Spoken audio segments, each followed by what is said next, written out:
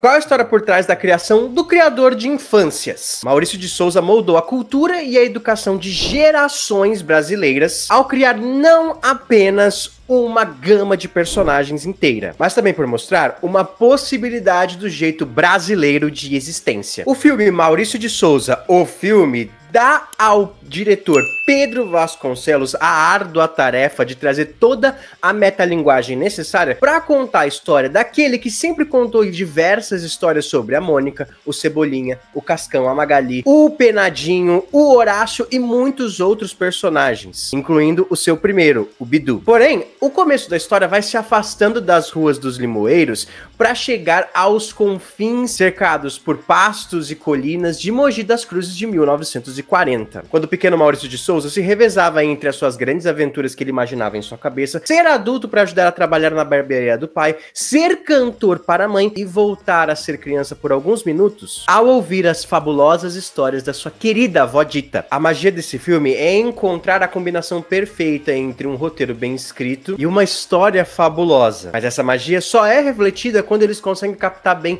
a essência daquilo que eles querem contar. E disso Maurício de Souza sempre se tratou. Essência. A sensação de segurar um gibi pela primeira vez, cujas histórias são de personagens que eram crianças como nós. E tudo que eles precisavam fazer para se divertir é deixar a imaginação fluir, tal qual quando líamos um gibi. Como boa parte de cinebiografia, eu acho que Maurício de Souza, o filme, começa a tratar o Maurício sim como uma figura mitológica que passava por provações diversas e nunca desanimava. Mas eu acho que isso se deve principalmente por esse filme ser não só um filme para aqueles que querem acompanhar a história do desenhista e autor, mas também para as crianças poderem se encantar mais uma vez. Tanto que o filme é bem infantil, mas como eu gosto de dizer, é um jeitinho brasileiro de ser Pixar talvez, que agrada tanto adultos quanto crianças. O pequeno Maurício, por exemplo, passou por algumas provações que para os olhos adultos são um pouco insignificantes, mas para qualquer criança em sua infância eram gigantescas. A cena do professor queimando todos os gibis porque ele não acreditava que aquilo fosse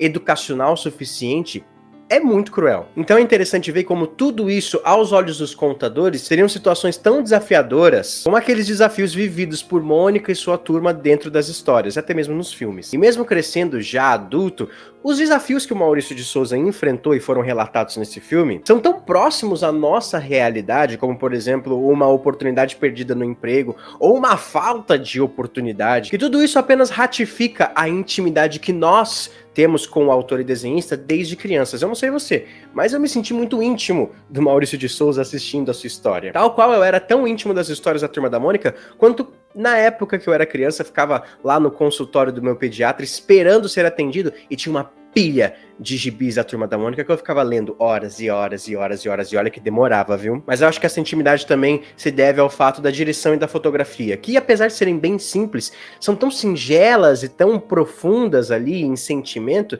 que fazem com que a gente fique cada vez mais próximo, tal qual as páginas de um gibi. Sério, existem closes ali, por exemplo, até no rosto do Maurício de Souza, do personagem, né, que parece até uma página estampada. Se fosse apenas por esse aspecto visual, talvez o filme seria só uma singela homenagem que a gente poderia fazer ainda em vida pro Maurício de Souza. Só que o que eu acho mais legal e faz o filme se destacar um pouco mais é como ele faz uma ode a criador e criações enquanto vai contando histórias, partes das histórias do Maurício de Souza e entrelaçando a criação dos seus personagens mais icônicos, com cada aspecto, cada momento significativo e até mesmo referências emocionais. Capitão Picolé, o seu primeiro personagem criado na vida, foi aos 12 anos. Depois tivemos Bidu e Franjinha com a sua estreia nas tirinhas, Cebolinha saindo de coadjuvante dessas histórias para poder ganhar o público. Sim, pessoal, o Cebolinha foi criado antes da Mônica. O Chico Bento sendo um personagem criado inspirado nas histórias da avó Dita. E por fim, Mônica e Magali criadas a partir das suas filhinhas, com Maurício em busca de romper a misoginia da qual foi apontado na época. Mas principalmente, Horácio sendo apenas ele mesmo, aquele que seria moldado por suas relações tal qual seus leitores também. Porque, por exemplo, se Vó Dita foi importante para Maurício e Maurício foi importante para nós, logo, Vó Dita também foi importante para nós. E acho que a direção, roteiro e principalmente a trilha sonora imbuída com Milton Nascimento, Toquinho e outros conseguem amarrar e entrelaçar a emoção de cenas que mal precisavam de falas. A cena dele com o pai se despedindo ali para ir para São Paulo é um exemplo claro disso. É piegas?